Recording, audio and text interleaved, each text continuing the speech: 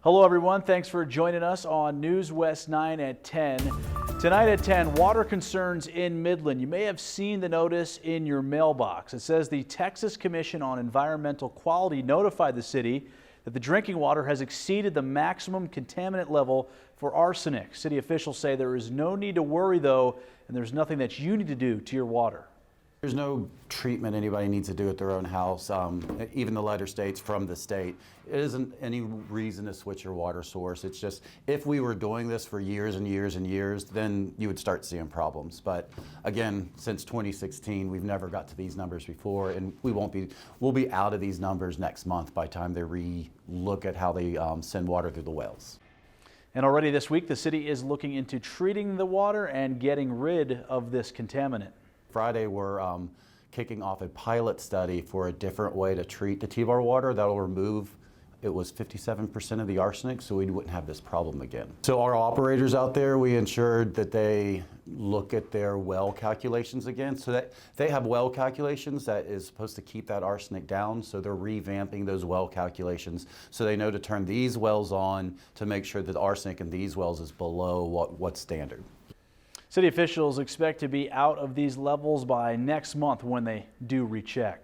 Well, the state of healthcare improved on Tuesday night for Odessans and the Permian Basin as a whole. The Odessa City Council allocated ARPA funds, or money the city received during the COVID pandemic, to two impactful projects. Tyler Dupning is with us tonight in studio. Tyler, how much did they give here? Yeah, Alex, City Council allocated $1.5 million from that ARPA fund. $1 million will be going towards the Permian Basin Behavioral Health Center, and the other $500,000 will be used to help restart a free health clinic on 42nd Street. Tonight, the Odessa City Council made significant contributions to health care. To move really the healthcare level, the level of healthcare for the Permian Basin up a notch, and good for them for going first. That's a big step. Russell Tippin is the president and CEO of Medical Center Health System, and he says the city of Odessa became the first government entity to contribute to the Permian Basin Behavioral Health Center Fund. Odessa Mayor Javier Hoven explained their unanimous decision. We want to invest not only in our employees, in our city, but also in our other entities like the hospital, and we want to be a good partner. So I'm very proud of this council to be able to recognize the importance of what our hospitals are going and what our constituents are going through, especially in their health care, things that are unseen that are very prevalent in our community, and it's going to continue. And so I think this is a very wise investment. We're not only investing in today, but we are investing way in the future. Investing in the future of mental health services that will benefit the entire region. There's crisis, mental health crisis, then there's mental health long-term need. And what the Behavioral Health Center is going to provide is that long-term and not only prepare the patient, but also the family and the environment to go with that. And it moves it out of the emergency room, moves it out of the jails, and it gets it where it's an environment and it's professionals that can handle that, and that's what they're trained to do. The city also got closer to providing free health care. The biggest pandemic that we're going through is diabetes, hypertension, cholesterol, and high blood pressure. And there is no education. You cannot solely just medicate. There is a preventative measure, and screening is crucial to that. Now, Tippin told me that with the facility and equipment already in place, they should be able to offer services soon to those who cannot afford anything else. As for the Behavioral Health Center, they are still raising money for the $80 to $100 million project that has already broken ground. Alex?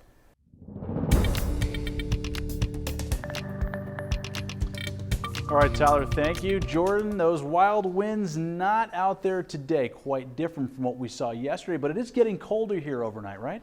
It's getting colder because of how dry it is, but I really am focused on our next big system. That's going to be pushing its way through a little bit later. Actually, it's so big, it's already made my little tie clip a little bit crooked. Hey, nonetheless, though, we're already down to about 40 degrees right now across our Odessa sky cam from United Supermarkets. 2-point humidity, very, very low. low. It's pretty abnormal to be this low, but that's what a cold front does, especially when you have these winds coming directly out of the southwest, sustaining about 10 miles an hour. Okay, not a big deal compared to what we had yesterday. All right, nice clear skies across the region, no clouds, no rain whatsoever. What about tomorrow, though? Well, before we get this big Arctic blast going into early next week, look at this. I say small hot coffee because, whew, yeah, we're warming up to a nice, comfortable 63 degrees. But here's where it really falls flat. Literally, the graph is falling flat. We're going all the way down to 13. That's going to be the morning low on Sunday and into Monday. Yikes. Alex? And Jordan, some cities around the Permian Basin lost power today, and there could be a chance that happens again late Sunday into Monday with, like you said, those temps dropping into the teens. So here's how you can keep yourself warm. Make sure to close off rooms and shut the blinds or curtains to keep that heat in. You can also stuff a towel or rug in the cracks under the doors to try and trap that heat inside your home. It's obviously important to also dress in layers, wearing loose-fitting, lightweight clothes, avoiding anything that's just too tight. Another key tip to remember is to eat and drink while the power's out. That way it'll give energy for your body. Try staying away from caffeine and alcohol if you can too. Both can cause dehydration and just do more harm than good. And with the Arctic blast expected next week, remember that the Salvation Army locations are where you can go to stay warm. The Midland and Odessa Salvation Armies have warming shelters that are both up and running right now. The shelters are opened whenever temperatures reach 36 degrees or below for more than 2 days in a row. The shelter in Midland is at 600 East Wall Street, and the one in Odessa, that's over at 810 East 11th. As you go down your checklist of getting your home ready for that cold blast to hit, one thing you'll want to check out is your HVAC system and whether it's up to speed. If you have a dirty filter or water leak, right now is the time to probably get that fixed. Our sister station in Temple, Texas explains how companies are already seeing an uptick in HVAC call repairs. When the temperatures drop, it's when the HVAC contractors are usually going up. We hear it all, and we understand. We really do. David Sanchez, owner of Cool Dream Services, is anticipating lots of work in the coming days as an Arctic blast moves through. Everything just goes crazy. He wants Central Texans to take advantage of the days before the freeze hits. All this needs to be functioning properly in order for the home to heat up and remove the cool air. Stressing safety as the #1 priority, especially if your heat runs off gas. That's really what you should read. You could get up to 1 or 2, but really you want it to read 0. Ensuring you have a carbon monoxide detector is key, and that your home is supporting the heat you are trying to have flowing. This too, don't forget, even though it's wintertime, you still need to make sure that your filters are getting replaced. And that nothing is slipping out. See if there's any big gaps, and if there are, they need to caulk them up. Seal it up the best you can, because any area where there's a gap, it's going to let air in, and all your warm air that you got blowing in your home is going to escape. Same thing with your doors. If you have electric, What he's going to get up here today to do is he's going to make sure all the heat strips are energized, make sure they're all working properly. ensure your heating elements are actually working 93, 94. to keep you and your loved ones supply. warm this winter.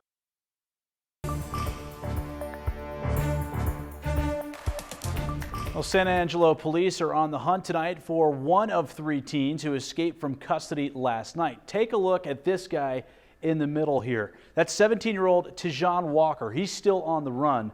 We're told officers caught the 2 15-year-olds, Julian Martinez and Trevon Wyatts, today. Police say the trio attacked an officer at the Tom Green County Juvenile Justice Center before escaping Monday night. People who live around the center have been told to stay inside and keep their doors and windows locked. Now, if you spot Walker in our area, don't approach him and call local police. And the Odessa Police Department is investigating a sexual assault case and needs your help finding a key suspect in the photo you're seeing on your screen. If you recognize this man in the photo, you're asked to call OPD at 432-335-4935. We'll continue to keep you updated as we find out more.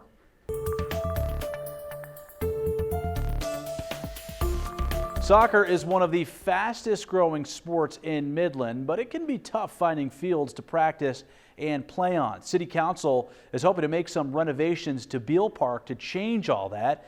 They approved a 3-phase project that will install new fields at the park. Existing soccer fields will also be renovated as part of that project. The first phase will see new irrigation brought in along with new space added. Phase 2 would include a splash pad, amphitheater, and extra bathrooms. And finally, the third phase will have extra parking and a potential RV park. Meanwhile, an expanded soccer field could attract a higher level of competition to Midland. In the bigger picture, we also want to be able to bring tournaments and to bring those soccer teams from around West Texas and even beyond back to Midland to have soccer tournaments and that type of thing in this facility. The total cost of the project is going to be around $36 million. 26 will come from the city and another $10 million will be through private donations. The I-20 Wildlife Preserve is going to be getting some work done as well to fix sewage issues. A lift station is being added to the preserve to replace the current system. We're told it will help move out any sewage that is affecting the preserve and will relieve that current system of any sewage that is over capacity. What it's going to do is allow us to move sewer that's in a current system into a separate system that's further down.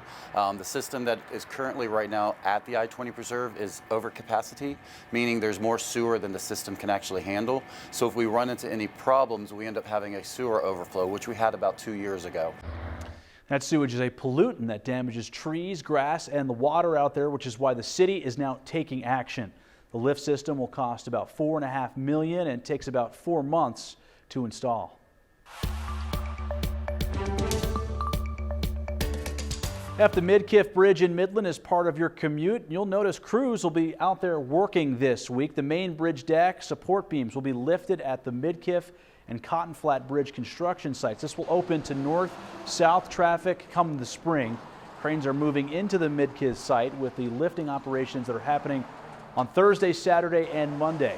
The east and westbound left main lanes are going to be closed from 9 to 5 every day for crews to safely work. And if you drive on North Grant and Odessa regularly, get ready for a shift in your route starting tomorrow. That's because the right-hand southbound lane of North Grant from 12th Street to 15th, that'll be closed while crews install a new curb, gutter, and sidewalk out there.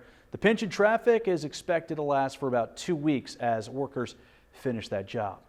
Back in November, we told you about a team of local youth football all-stars that were heading to play in the championship tournament. And now our Aaron Gelvin has an update on just how that team did and what West Texas is doing to celebrate them.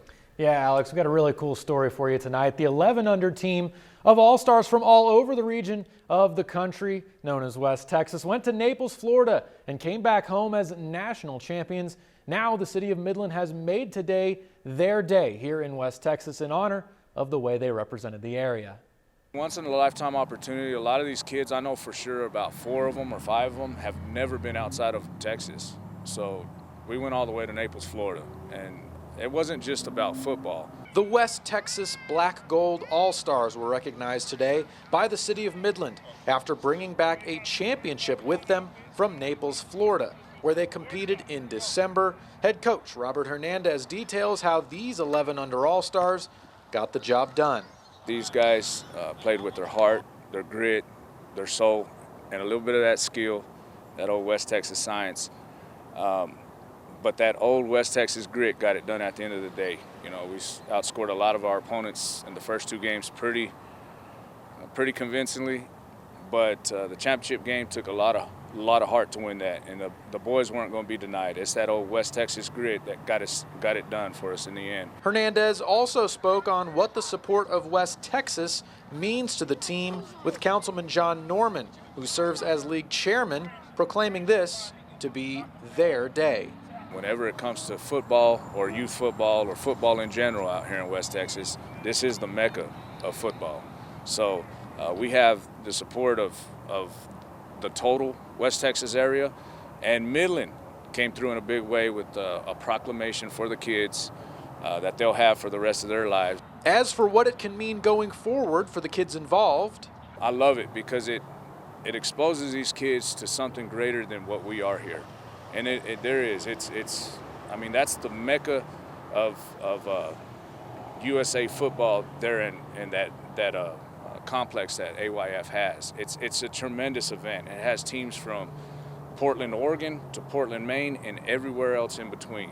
So it's the biggest league in the world, and these guys were the kings of the biggest league in the world. So that's a pretty neat thing to experience.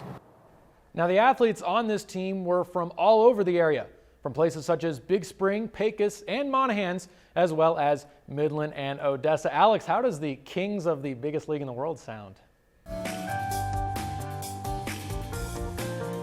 I don't think anything sounds better than that, Aaron. Thanks. It's a great story. Well, two things people don't care much for: going to the doctor and income tax season. NewsWest 9's Victor Lopez tells you how both of those fit right in with the Sunrise Show tomorrow morning.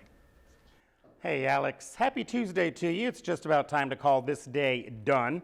All parents want to make sure that their children are okay, right? Well, more of them are going to the doctor's office, but it's not for the reasons that you might expect. We'll fill in the blanks for you. And nobody likes to do their taxes, but if you want to get them out of the way early, like me, we know when you can start sending in those returns. Find out tomorrow on Sunrise. Victor, thank you. Coming up next on NewsWest 9 at 10, millions of cell phone customers received a notification that they're eligible to take part in a class action settlement. But is that legit? We're verifying after the break.